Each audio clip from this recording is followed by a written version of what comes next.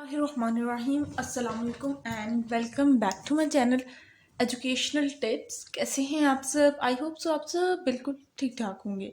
Students, आज ही मैं आपके साथ शेयर करूंगी एक पोम, और जो पोम है पेज नंबर 91 पे, और पेज नंबर 91 पे है ये पोम का नाम है द रूट नॉट टेकन, यानी कि एक ऐसा रास्ता जो मैंने नहीं अपनाया बल्कि दूसरा रास्ता अपनाया।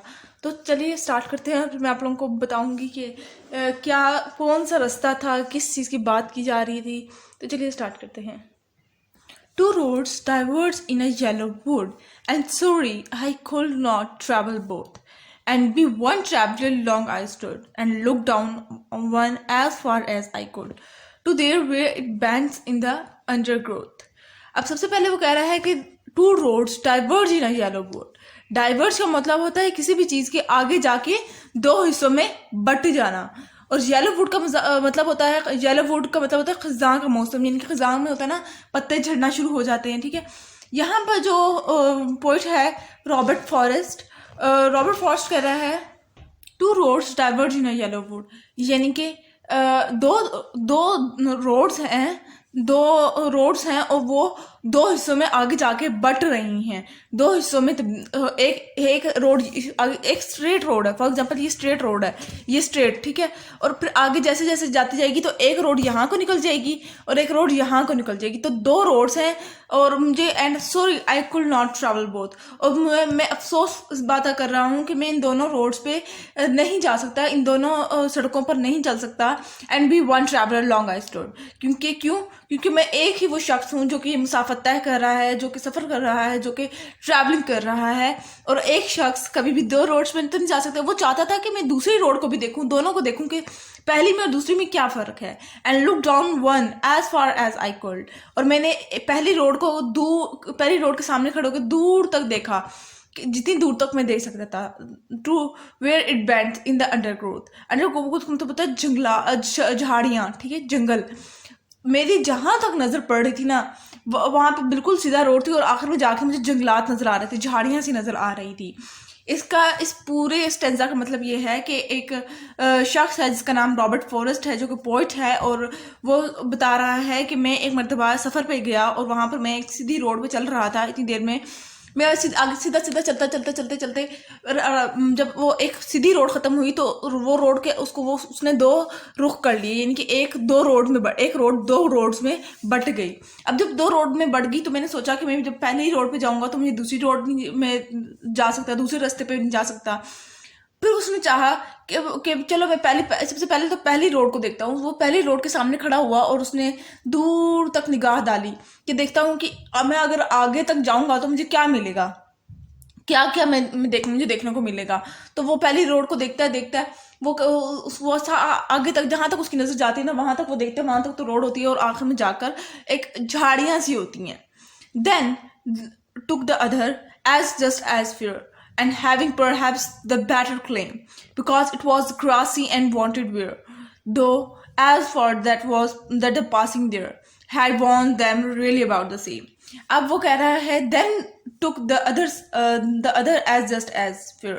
अब वो कह रहा है कि मैंने जब पहली रोड के ऊपर निगाह डाल ली, डिटेल में उसको देख लिया, इधर उधर देख लिया, फिर मैंने अपनी दूसरी रोड की तरफ देखा, जो दूसरी रोड थी उसकी तरफ देखा, और उसको भी उसी तरह से देखा जिस तरह से पहली रोड को देखा था। उसकी भी आखिर तक, जहाँ तक मेरी निगाह जाती थी, जहाँ तक मेरी नजरें पहुंच सकती थी, वहां तक मैंने उसको देखा।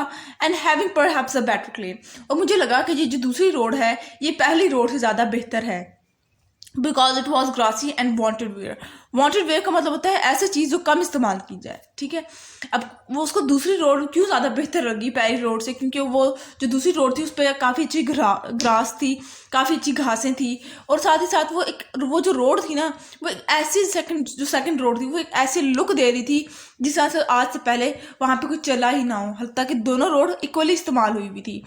आप एक तरफ रख दें, आप दोनों एक तरफ पेन रख दें और एक तरफ मार्कर रख दें, एक हाथ में पेन और एक हाथ में मार्कर, दोनों का वेट तो एक ही है, लेकिन आपको वो ज़्यादा चीज़ अच्छी लगेगी जो ज़्यादा जूसी हो।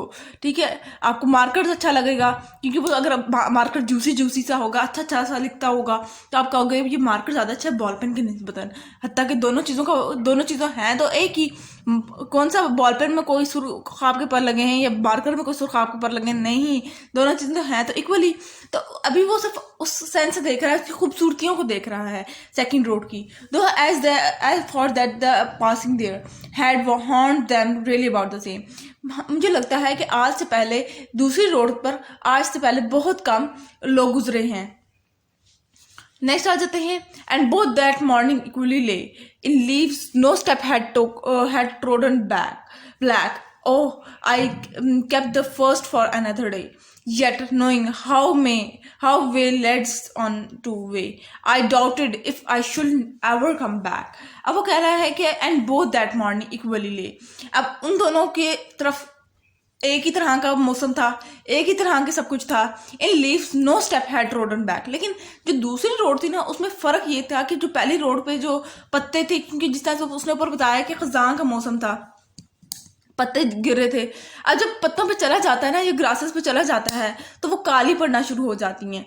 जो जमीन पे जो घासेस ग्रो करती हैं ये काली पड़ना शुरू हो जाती हैं अगर इन पे चला जाए, और पत्ते भी काले पड़ना शुरू हो जाते हैं।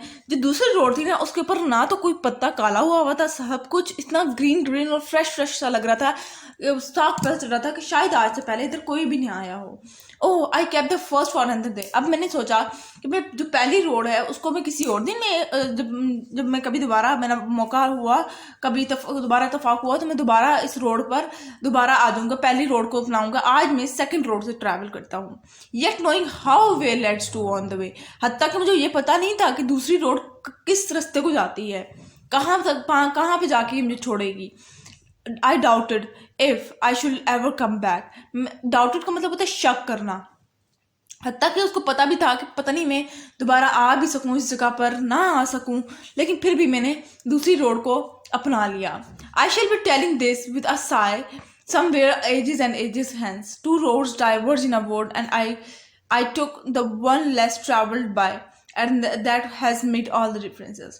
अब वो कह रहा है कि अब मैंने दूसरी रोड पे का आगाज किया, दूसरी रोड को मैंने चुन लिया और मैंने सोचा कि मैं इसी रोड से ट्रैवल करूंगा, इसी रोड को मैं चुनूंगा।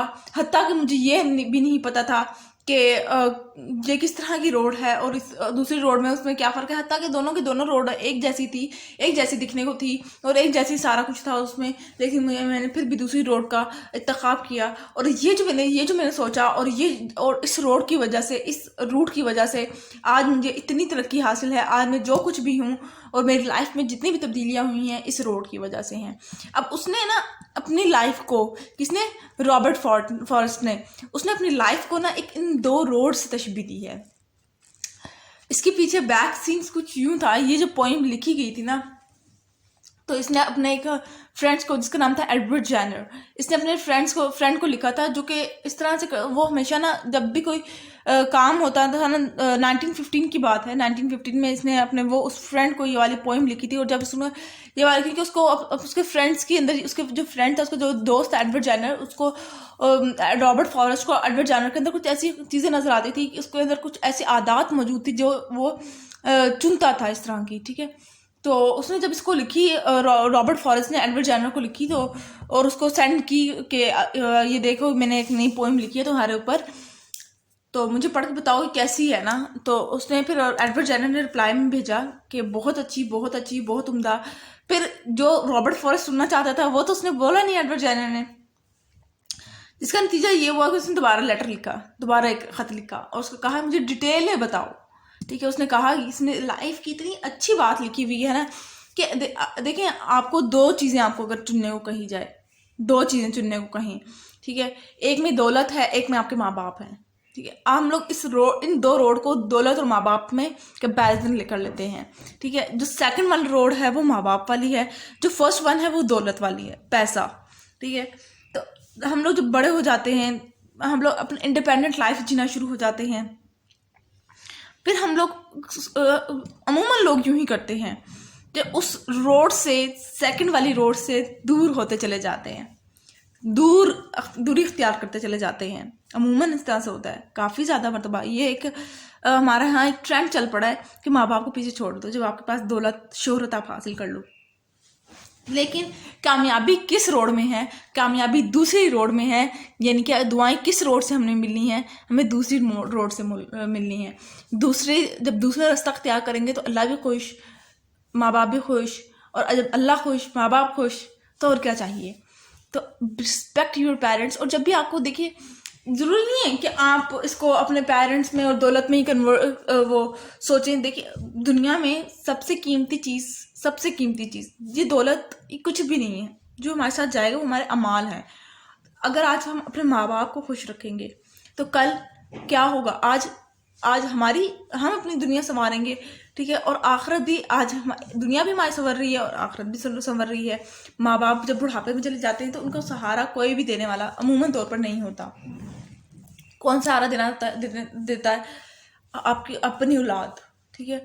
माँ बाप जब बुढ़ापे में जाते हैं तो औलाद ही उनके सहारा बनती है, और औलाद को ही चाहिए कि उनका सहारा बने। क्योंकि देखिए जब हम छोटे थे तो उन्होंने कितनी सेक्रीफाइसेस की, यू कांट इमेजिन, ठीक है। उन्होंने कितनी, जब हम बीमार होते हैं सबसे ज़्यादा परेशान कौन होता है? हमारे पेरेंट्स। हमारे कोई भी फूफी चाची कोई भी नहीं उठ के आके कहता कि बुखार हो गया, सारे यूँ कहते हैं कुछ नहीं होता, दवाई दे दो ठीक हो जाएगी।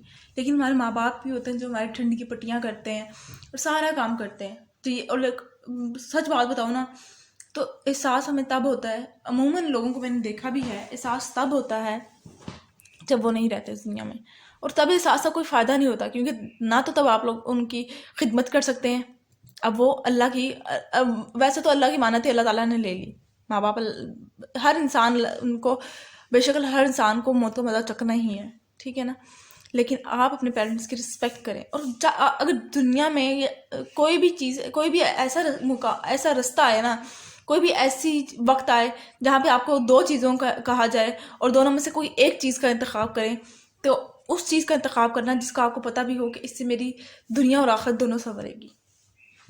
कोई भी मुकाम ऐसा है, वो एक है ना quotation, think before you speak, ठीक है। सोचो एक मरतबा, इससे पहले आप बोलो या कोई अमल करो, उससे पहले आप सोचो कि अगर आज मैं ये अमल कर रही हूँ, ये कर रहा हूँ, तो इसका नतीजा ये मुझे कहाँ पे जाके छोड़ेगी।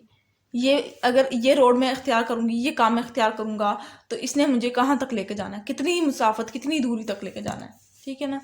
तो यहाँ पे करते हैं lecture and. I hope so आपको समझ आ गया होगा, और इसका मॉरल लेसन क्या था और कहना क्या चाह रहा था, सब कुछ आपको समझ लग गई होगी।